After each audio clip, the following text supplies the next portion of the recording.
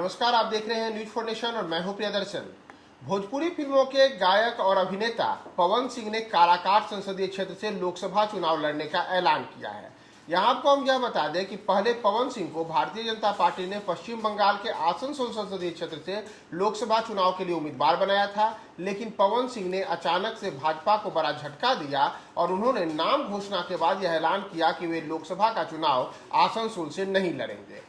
लेकिन उस दौरान उन्होंने यह भी कहा था कि वे लोकसभा चुनाव लड़ने को लेकर के जल्द ही बड़ा फैसला लेंगे और उनका बड़ा फैसला अब काराकाट संसदीय क्षेत्र को लेकर आया है कि काराकाट से इस बार संसदीय चुनाव में पवन सिंह ताल ठोकेंगे, यानी कि लोकसभा जाने के लिए तैयारी करेंगे। यह महत्वपूर्ण है कि क्या पवन सिंह जो सपना काराकाट को लेकर देख रहे हैं वह सपना साकार होगा, क्योंकि अगर हम बात करें काराकाट की तो वर्ष 2009 में जब से नए परिसीमन के बाद काराकाट संसदीय क्षेत्र में अलग अलग चुनाव हुए हैं, तो लैंड ऑफ कुशवाहा कहे जाने वाले काराकाट में बार बार कुशवाहा बिरादरी के मतदाताओं ने अपनी वहां पर मजबूत बढ़त दिखाई है। और स्थिति है कि चाहे 2009 और 2019 के लोकसभा चुनाव हो, इन दोनों चुनावों में महाबली सिंह ने वहां लोकसभा का चुनाव जीता, जबकि 2014 के चुनाव में उपेंद्र कुशवाहा ने यहां बड़ी जीत हासिल की थी। ऐसे में अब इस बार के चुनाव में जबकि एक बार फिर से उपेंद्र कुशवाहा को बिहार में एकमात्र एनडीए ने सीट दी है वह काराकाट की ही सीट है, तो उस सीट पर जहां उपेंद्र कुशवाहा अब दाल ठोक सकते हैं, उनके मुकाबले ऐसी स्थिति में अगर पवन सिंह भी मुकाबले में आते हैं तो वहां महागठबंधन, एनडीए और पवन सिंह के चुनाव में उतरने से कैसी स्थिति बनेगी और इसका चुनाव पर क्या असर पड़ेगा। हम बात करते हैं अपने साथी देवांशु से कि वह चुनाव को लेकर के काराकाट पर जो लगातार नजर बनाए हुए हैं, उनकी नजर से वहां के समीकरण क्या कहते हैं। देवांशु, काराकाट को पहली नजर में आप क्या कहेंगे? देखिए, जिस तरीके से पवन सिंह ने आज जो है वो ट्विटर के माध्यम से ये जानकारी दी कि वो काराकाट से चुनाव लड़ेंगे, कैसे लड़ेंगे ये नहीं बताया, निर्दलीय लड़ेंगे ये तय है अब तक के हिसाब से, क्योंकि एनडीए के उम्मीदवार उपेंद्र कुशवाहा है। अब सवाल यह है कि पवन सिंह ने बिहार की 40 लोकसभा सीटों में से ये काराकाट ही क्यों चुना, महत्वपूर्ण सवाल यह है। और दूसरा सवाल यह है कि क्या वो जीतेंगे या किसी को हरवाने के लिए जा रहे हैं, अगर हरवाने के लिए जा रहे हैं तो किसको। ये दो सवाल है जो इसका जवाब जो है हम अभी देंगे। जैसे ही ये खबर आई ट्विटर के माध्यम से कि पवन सिंह चुनाव लड़ेंगे, उसके बाद हमने फोन घुमाया काराकाट, कई लोगों से बातचीत की, बुद्धिजीवी लोगों से भी बात की और सबसे महत्वपूर्ण कि वहाँ के एक पत्रकार से हमने बातचीत की। उसी के आधार पर हम ये जानकारी जो है न्यूज़ फॉर नेशन के दर्शकों को साझा कर रहे हैं। सबसे पहले मोटे तौर पर जो है वो आप ये जानिए कि काराकाट का जातीय समीकरण है क्या। ये बहुत ही महत्वपूर्ण हो जाता है बिहार में खासकर।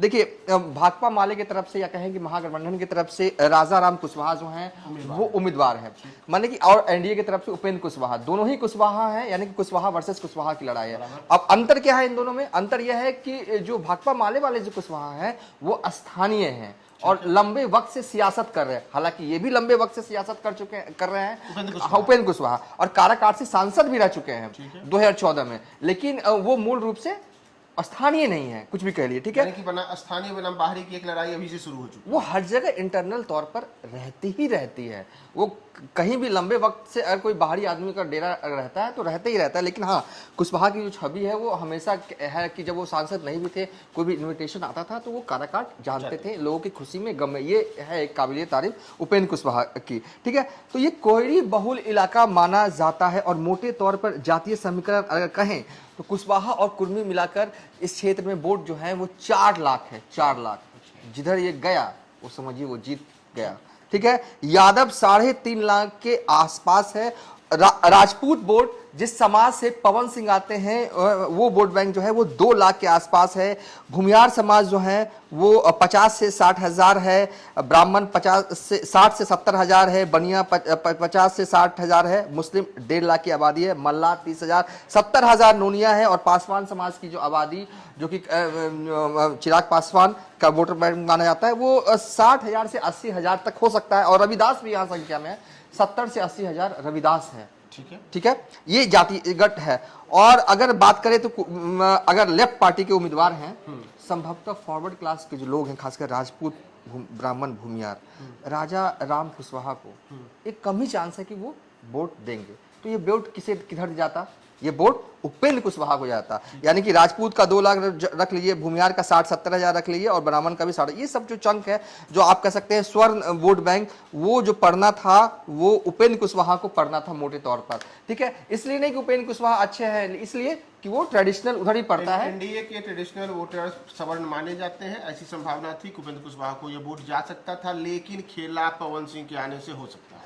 बिल्कुल होगा, खासकर तो राजपूत जो 2 लाख, जो स्वर्ण समाज में सबसे ज्यादा जो वोट बैंक है काराकाट में, वो 2 लाख राजपूत। देखिए, ये जो जातिगत आंकड़े जो हम आपको बता रहे हैं, देखिए एक आंकड़े आपको गूगल पे मिल जाएंगे, एक आंकड़े जो वहां के पत्रकार बताते हैं, एक आंकड़े जो बुद्धिजीवी बताते हैं। देखिए, हम जो है वो सबका लमसम आंकड़ा हम आपको बता रहे हैं, ये मोटे तौर पर ये आंकड़ा है। ठीक है, और इसी के आसपास जो है जो भी वहां समीकरण बैठता है काराकाट में, यही 2 लाख क्रेज तो है पवन सिंह का। पूरे बिहार में क्रेज है, यूपी में क्रेज है। क्रेज के मामले में इनके गाने लगातार हिट होते हैं भाई साहब। मिलियन व्यू तो भाई एक मतलब कि अदना सा भोजपुरी सिंगर भी ले आता है, लेकिन इनके गाने सही में मतलब कि कहें कि ये मतलब भोजपुरी जगत के सीने नायक हैं। और राजपूत समाज में तो है ही, स्वर्ण समाज में हो, और सब समाज में इनकी स्वकार्यता है। पवन सिंह जहां भी जाते हैं भीड़ लग जाती है। राजपूत तो इनको वोट करेगा ही करेगा, कहीं ना कहीं ये है। तो झटका मुझे यहां से लग रहा है ना प्रियदर्शन जी, मुझे लगता है कि उपेंद्र कुशवाहा के लिए ये बेचैन करने वाली खबर है। लेकिन हाँ, दूसरी बात ये भी है, ट्वीट किया है, हो सकता है डरा भी रहे हो, कलाकार हैं, कलाकारी भी दिखा रहे हो। वो जो जैसा आज उनका हाँ, ट्वीट ठीक है, है, आप मैं आपको हाँ, पहले उनका ट्वीट ही पढ़ के सुना देता हूँ। हाँ। आज पवन सिंह ने आज 10 अप्रैल है, 3:34 पर उन्होंने यह ट्वीट किया है, और उन्होंने लिखा है कि माता गुरुतारू भूमेरु, अर्थात माता इस भूमि से कहीं अधिक भारी होती है, और मैंने अपनी माँ से वादा किया था कि मैं इस बार चुनाव लड़ूंगा। मैंने निश्चय किया है कि मैं 2024 का लोकसभा चुनाव काराकाट बिहार से लड़ूंगा। जय माता दी।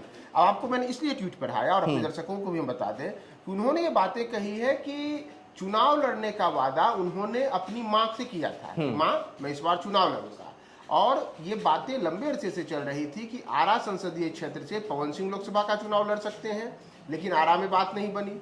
उनको भारतीय जनता पार्टी ने आसनसोल से उम्मीदवार बनाया, वहां से उन्होंने चुनाव लड़ने से इनकार कर दिया।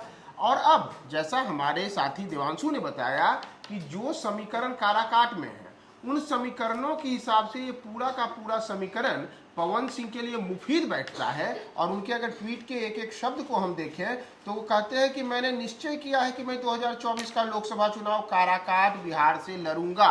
तो ऐसे में आपकी बातें एक तरीके से टैली कर रही हैं। नहीं, जैसे कि मैं कह रहा हूँ, हो सकता है कि कलाकार है, वो ये इस ट्वीट को हो सकता है कि वो मतलब ये कर ले। आप कह रहे हैं कि नहीं, वो लड़ेंगे क्योंकि ये इमोशनल अपील है। ठीक है, आप अगर आपकी बात मानते वो हर हाल में चुनाव लड़ेंगे, तो मेरा ये मानना है कि उपेंद्र कुशवाहा का बड़ा नुकसान होने जा रहा है। अब सवाल यह है कि वो खुद से ये डिसीजन लिया है या किसी ने डिसीजन दिलवाया है, ये बड़ा सवाल है। और कुछ वक्त तो इंतजार कीजिए। अभी हमने आपको जातिगत समीकरण के आधार पर बता दिया कि उपेंद्र कुशवाहा के लिए ये खबर बड़ा झटका है कि पवन सिंह जो है वो काराकाट से चुनाव लड़ेंगे, क्योंकि पवन सिंह जो भी वोट जो है वो लाते हैं, वो एनडीए का ही वोट उनके पास गिरेगा, और ये बड़ा झटका है। और एक तरह से कह सकते हैं, देखिए पिछले 2019 की ही बात कर लेते हैं। उपेंद्र कुशवाहा जो है वो महागठबंधन के उम्मीदवार थे, आरएलएसपी है, थोड़ा सा हिस्ट्री, पॉलिटिकल हिस्ट्री।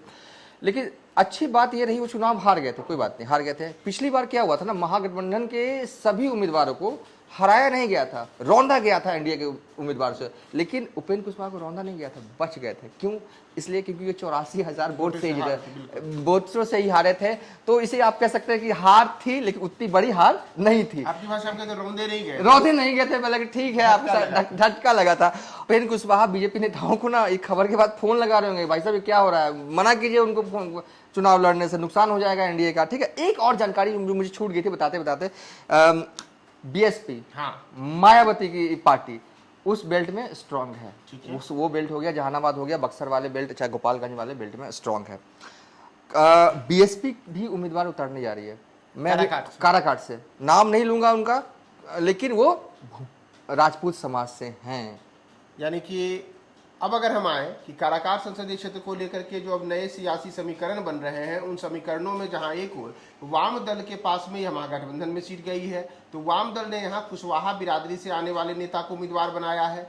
दूसरी ओर एनडीए की एक सीट उपेंद्र कुशवाहा के खाते में गई है, और खुद उपेंद्र कुशवाहा के चुनाव लड़ने की पूरी संभावना है। 1 जून को यहाँ चुनाव है। लेकिन इन सबके बीच पवन सिंह, जो कि भोजपुरी फिल्म के एक ऐसे लोकप्रिय कलाकार हैं, जिनकी न केवल बिहार में बल्कि पूरे के पूरे भोजपुरी भाषियों में काफी लोकप्रियता है, तो वह अब चुनाव लड़ने का ऐलान कर चुके हैं। राजपूत बिरादरी से आते हैं। यहाँ हमारे साथी ने आपको एक और बात बताई कि बीएसपी भी जिन्हें उम्मीदवार बना रही है वह भी राजपूत बिरादरी से आते हैं, और बीएसपी का मतलब जो उनका कोर वोट बैंक दलितों में होता है, यानी कि रविदास बिरादरी की जिस वोट बैंक की बात कर रहे थे, पासवानों की वोट बैंक की बात कर रहे थे अभी देवांशु, तो वो वोट बैंक कहीं न कहीं से बीएसपी के पास शिफ्ट हो सकता है। साथ ही साथ राजपूत बिरादरी से अगर बीएसपी के उम्मीदवार आते हैं तो यह एक बड़ा झटका या फिर कहें कि चतुष्कोणीय मुकाबले के आसार काराकाट में बन सकते हैं, जिसमें एक और 2 कुशवाहा यानी कि माले प्रत्याशी और एनडीए प्रत्याशी के तौर पर उपेंद्र कुशवाहा, 2 कुशवाहा और 2 राजपूत, एक पवन सिंह और दूसरे बीएसपी के,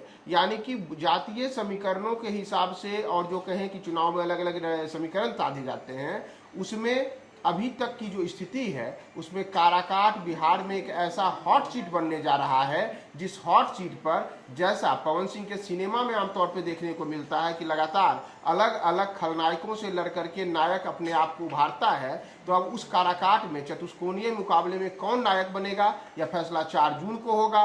वहां पर वोटिंग 1 जून को है। हम आपको तमाम और अपडेट्स काराकाट को लेकर बताएंगे। बने रहे न्यूज़ 4 नेशन के साथ।